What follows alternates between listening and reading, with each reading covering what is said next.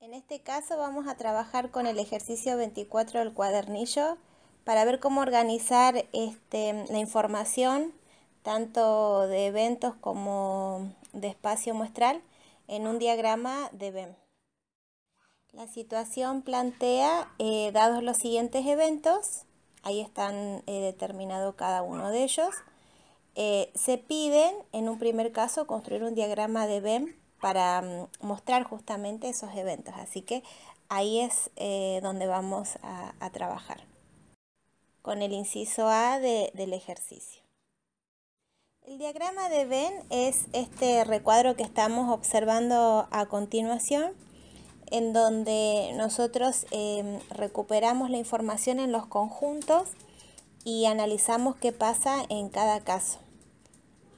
Todo el recuadro, digamos que sería el espacio muestral, y cada circunferencia sería la representación de cada conjunto. Para poder organizar la información vamos a ir describiendo cada uno de esos eventos. Por un lado tenemos el evento A, que tiene exclusivamente por elemento al valor 3.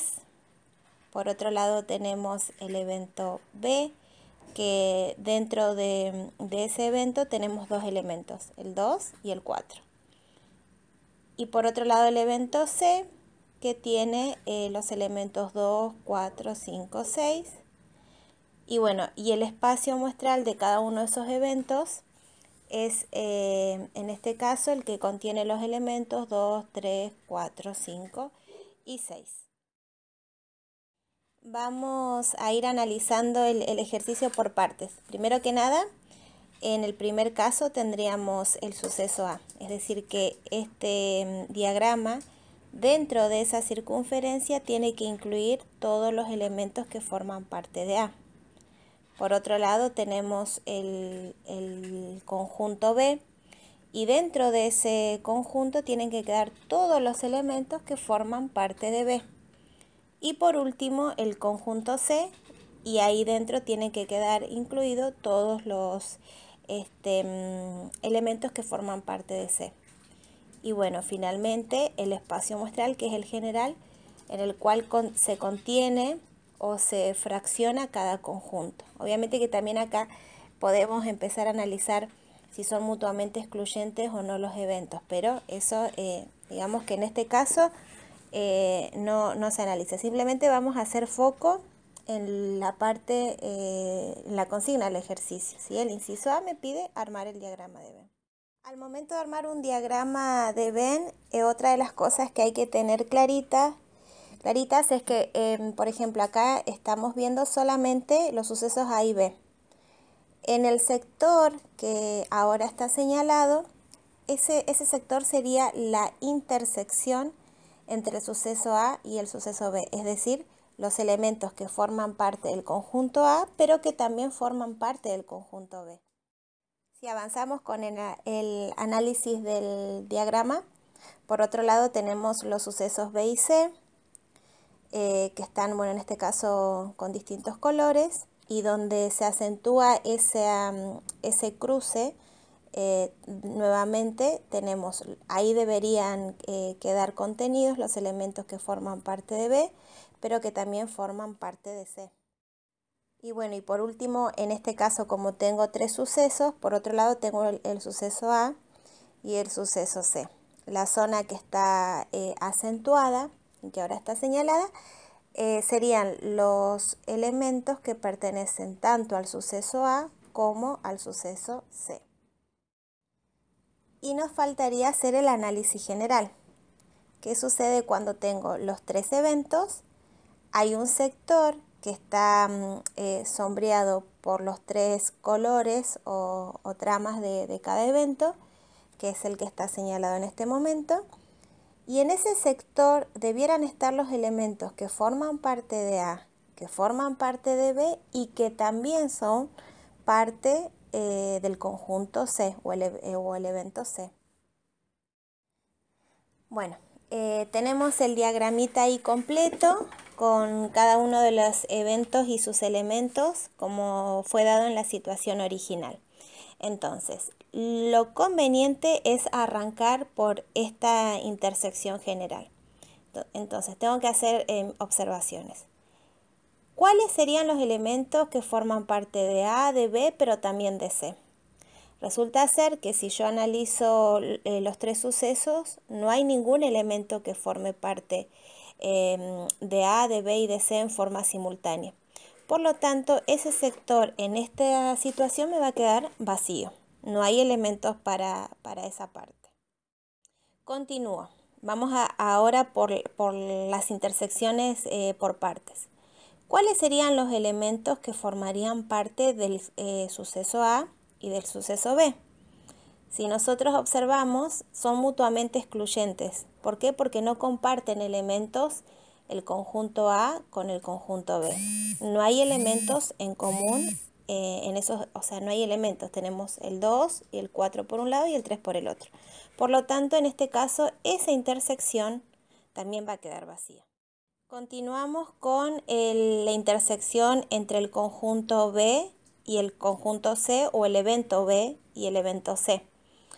Si yo analizo esos dos conjuntos en forma exclusiva, por empezar, identifico que el elemento que comparten es el 2, pero no es el único elemento. También comparten por elemento el valor 4. Por lo tanto, en esa intersección debiera colocar esos elementos que forman parte de ambos eventos. Entonces, en este caso no me queda vacío, sino que ahí queda contenido el valor 2 y el valor 4. Por último, analizamos la intersección de los sucesos A y C y evalúo los elementos de cada evento y nuevamente puedo notar que no hay elementos en común, por lo tanto, ese fragmento de intersección queda también vacío. Lo que me quedaría analizar ahora son esas zonas del diagrama en donde tengo elementos que son exclusivamente de A, exclusivamente de B, exclusivamente de C y que no forman parte de otro conjunto. Entonces, analizo.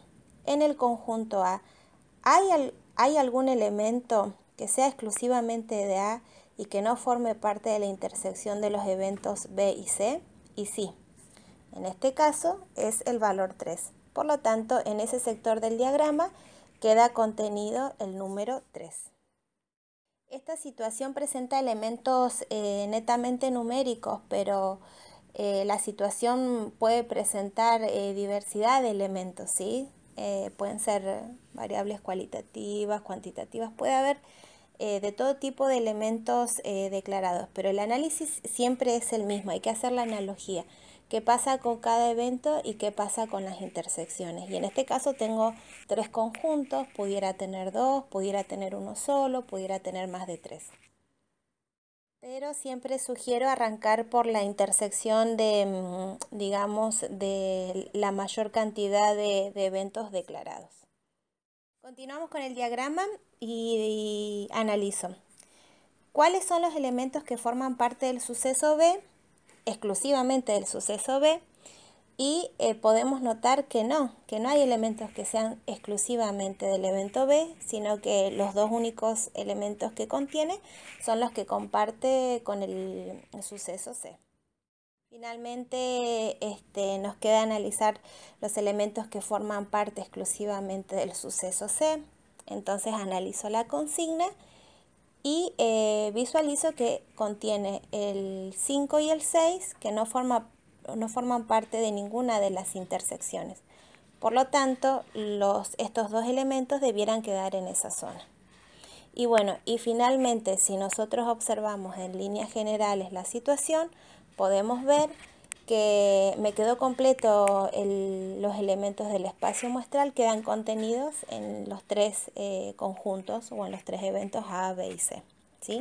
Cuando hablo de conjuntos como sinónimo de eventos, tiene que ver con el diagrama, ¿sí? En los diagramas de Venn hablamos de conjuntos, hablamos de vacío, de complemento. Son términos, digamos, que se usan para trabajar estos diagramas. Otra de las cositas que quería agregar por las consultas que han estado realizando es, por ejemplo, tomar el tercer inciso, el inciso C, y vamos a trabajar puntualmente con el 4. Entonces, ¿qué vamos a mirar en este caso? Ahí me pide probabilidad del evento A, pero tiene una notación, ¿sí? El A tiene una línea horizontal arriba. Eso significa complemento de A. O podríamos decir también que es la negación de A. En este caso yo tengo que analizar la probabilidad de ocurrencia de cualquier elemento que sea ajeno a A. Por lo tanto, yo tengo que mirar todo lo que no esté contenido en el suceso A. El suceso A solamente contiene el elemento 3 y los que quedan por fuera son el 2, el 4, el 5 y el 6. ¿Cuántos elementos son? Son 4 elementos. ¿De cuántos en total? Porque recuerden que para armar la probabilidad yo tengo que tener clarito, por un lado, cuál es el evento y analizo cuáles son los casos favorables, dividido la cantidad de elementos del espacio muestral, el completo, ¿sí? ¿Cuántos elementos tengo? En este caso tengo 5 elementos en total, de los cuales 4 no forman parte del suceso A porque son el complemento de A. Entonces, armo el cociente, me queda 4 elementos sobre un total de 5 y ese cociente me da 0,8. Recuerden que podemos hablar en términos de proporción y si yo quisiera podría decir que la probabilidad es del 80%. Otro ejercicio interesante para valorar es el ejercicio del inciso C, el 6. Tenemos que calcular la probabilidad. Por un lado, si lo analizo por separado, tendría que mirar todo lo que no forma parte de B y también tengo todo lo que no forma parte de C. Y el símbolo que está en el medio de estos dos sucesos, de los complementos de B y C, es la intersección. Por lo tanto, yo tengo que determinar cuáles son todos los elementos que no pertenecen a B y que tampoco forman parte de C. Eso es lo que tengo que determinar en el diagrama. Determinar cuáles son todos los elementos que están por fuera del conjunto B, pero que al mismo tiempo están por fuera del conjunto C. Si observamos el diagrama, los elementos que no forman parte de B son el elemento 3, que es exclusivamente de A, y el elemento 5 y 6, que son exclusivamente de C. Después pienso, bueno, los elementos que son el complemento de C, es decir, que no forman parte de C, ¿cuáles son? El 3 nada más. Y ahora analizo qué tienen en común estos dos complementos. Y tienen en común al elemento 3, porque el 3 es complemento de B, pero también es complemento de C. Por lo tanto, en la intersección de esas dos negaciones de eventos, tengo un solo elemento. Por lo tanto, ya estoy en condiciones de armar la probabilidad.